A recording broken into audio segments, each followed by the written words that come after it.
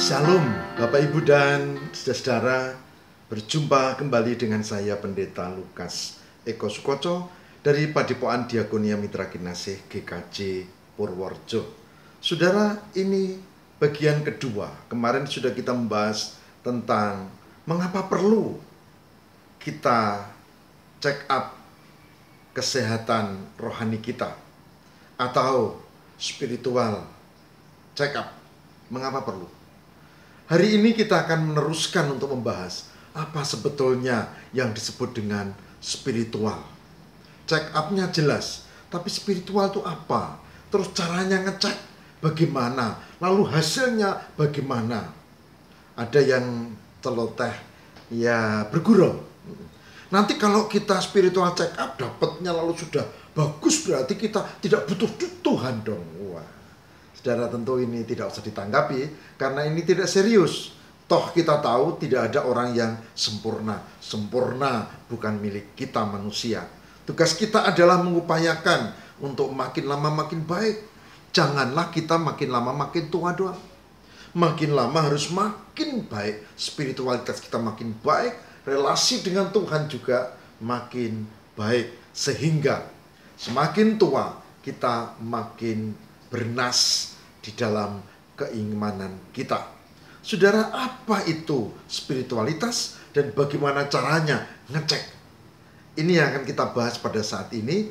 Semoga bermanfaat dan itu akan menjadikan pengetahuan baru dan kita akan makin diberkati Tuhan. Tuhan menyertai kita.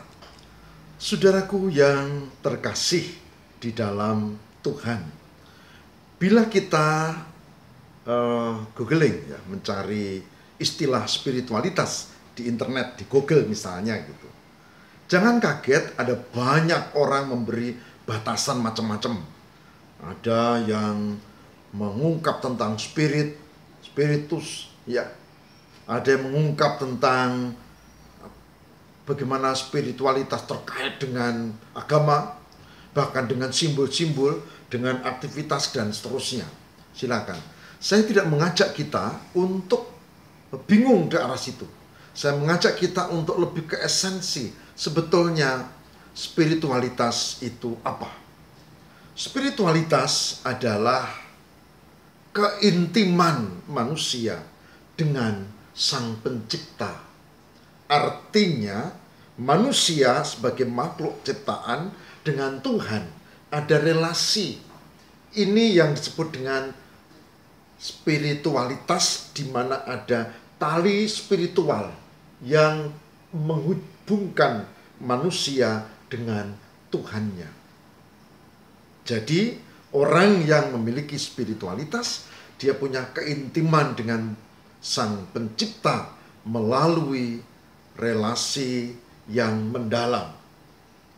Nah, yang menarik saudara, ada pendapat dalam buku Emotional Health Spirituality, ini di Peter Cicero, dia tulis itu, dia katakan bahwa spiritualitas itu tidak bicara tentang pengetahuan. Spiritualitas itu tidak bicara tentang pengenalan pengetahuan akan Tuhan. Kalau dia di teologi, oh spiritualitasnya baik, oh belum tentu. Enggak begitu menurut Peter Cicero. Spiritualitas tidak bicara tentang pengetahuan tentang Allah. Yang pertama, spiritualitas juga tidak bicara tentang aktivitas pelayanan yang tinggi, enggak. Wah, ikut ini paduan suara, oh ikut kunjungan pastoral, oh ikut kemudian pendampingan ke penjara anak jalanan, oh kemudian ikut juga ibadah kaum muda, ikut juga dia tim musik liturgi, oh dia juga bergabung ke diakonia masyarakat dan seterusnya. Itu bagus, tapi menurut Peter Cicero itu bukan bicara tentang spiritualitas. Spiritualitas tidak tentang aktivitas, gitu. Bukan tentang apa yang kita ketahui tentang Tuhan, bukan tentang pelayanan atau hal-hal rohani, tapi spiritualitas adalah pengaruh Kristus penyelamat dalam diri seseorang. Jadi spiritualitas adalah pengaruh dari kebenaran ilahi yang terwujud dalam perilaku, pola pikir, kehidupan seseorang. Jadi, orang yang memiliki spiritualitas, orang yang banyak dipengaruhi oleh kebenaran Tuhan, bukan dogma agama, bukan pengetahuan tentang Allah, bukan tentang kegiatan kerohanian, dan seterusnya. Jadi, seberapa besar pengaruh Sang Juru Selamat, Yesus Kristus, dalam hidup kita? Kalau besar, berarti spiritualitas kita itu juga besar. Oleh sebab itu, saudara, saya akan mengajak kita untuk mencermati Lukas 10, 38-42. Lukas 10, 38-42. Saudara, ini penting untuk menggambarkan dan mencermati bagaimana itu spiritualitas diungkap. Lukas pasal 10, 38-42. Yang demikian sabda Tuhan. Maria dan Marta. Ketika Yesus dan murid-muridnya dalam perjalanan, tibalah ia di sebuah kampung. Seorang perempuan yang bernama Marta menerima dia di rumahnya. Perempuan itu mempunyai seorang saudara yang bernama Maria. Maria ini duduk dekat kaki Tuhan dan terus mendengarkan perkataannya. Sedang Marta sibuk sekali melayani. Ia mendekati Yesus dan berkata, "Tuhan, tidakkah engkau peduli bahwa saudaraku membiarkan aku melayani seorang diri? Suruhlah dia membantu aku." Tapi Tuhan menjawabnya, "Marta, Marta, engkau khawatir dan menyusahkan diri dengan banyak perkara.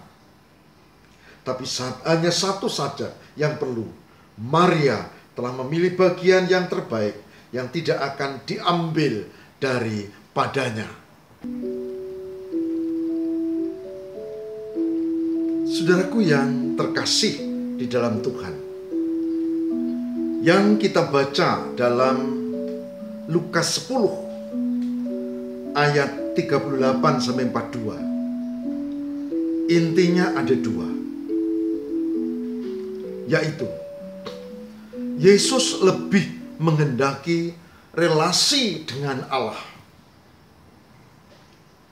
Relasi dan komunikasi yang terjalin yang akan mempengaruhi pola pikir dan perilaku, ketimbang aktivisme. Itu poin kedua. Aktivisme Marta yang sibuk untuk banyak urusan.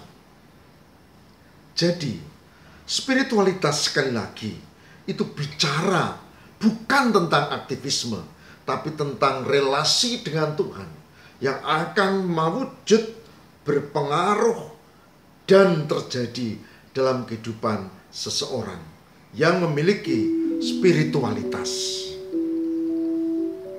Oleh sebab itu, saudara, membangun spiritualitas yang kita mau cek tadi itu bukan soal pengetahuan tentang Tuhan. Itu bukan tentang banyaknya kegiatan kerohanian yang kita ikuti, bukan. Pada masa seperti sekarang ini masa yang tepat membangun spiritualitas. Karena kita beralih dari selebrasi ke hakiki yang esensial dalam ibadah, yaitu relasi dengan Tuhan. Bukan soal simbol, bukan soal lilin, bukan soal stola, bukan soal organ, bukan sekedar soal yang nyanyi-nyanyi, paduan suara, singer, bukan. Tapi yang utama adalah relasi dengan Tuhan. Jadi, jelas sekarang spiritualitas itu menjadi penting karena di situ terkait dengan keintiman dengan Tuhan yang akan mempengaruhi. Oleh sebab itu, orang yang ucapannya kasar, orang yang angkat pedang dan suka menjelekkan orang lain, orang yang suka mendiskreditkan bahkan mengumbar kemarahan, saudara sudah tahu, itu bukan orang yang memiliki spiritualitas. Mungkin dia orang yang beragama, iya, tapi tidak spiritualitas. Karena apa? Karena Tuhan tidak mengajarkan tentang umpatan, Tuhan tidak mengajarkan tentang menyiksa dan memperlakukan orang sesuka hatinya. Tuhan mengajarkan tentang kebenaran, dan cinta kasih. Itu yang kita kejar dalam hal ini.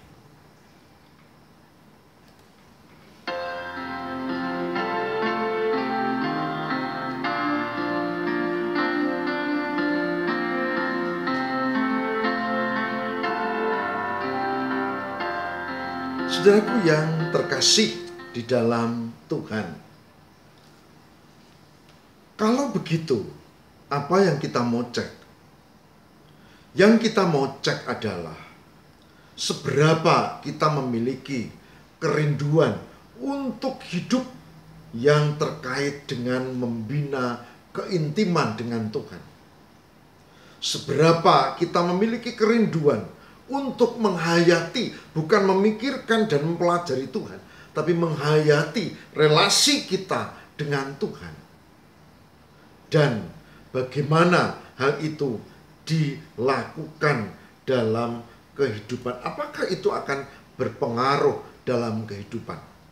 Ada 2 ayat yang penting. Yang pertama, Ibrani 12 ayat 14. Ibrani 12 ayat 14. Dikatakan di sini, berusahalah hidup damai dengan semua orang. Semua orang. Bukan kelompoknya, bukan gengnya, tapi semua orang. Saudara tahu, kekristenan mengajarkan mengasihi semua orang tanpa pandang bulu. Nah, lalu berusahalah hidup damai dengan semua orang.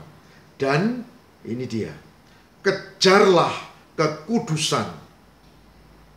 Tanpa kekudusan, tidak seorang pun akan melihat Tuhan.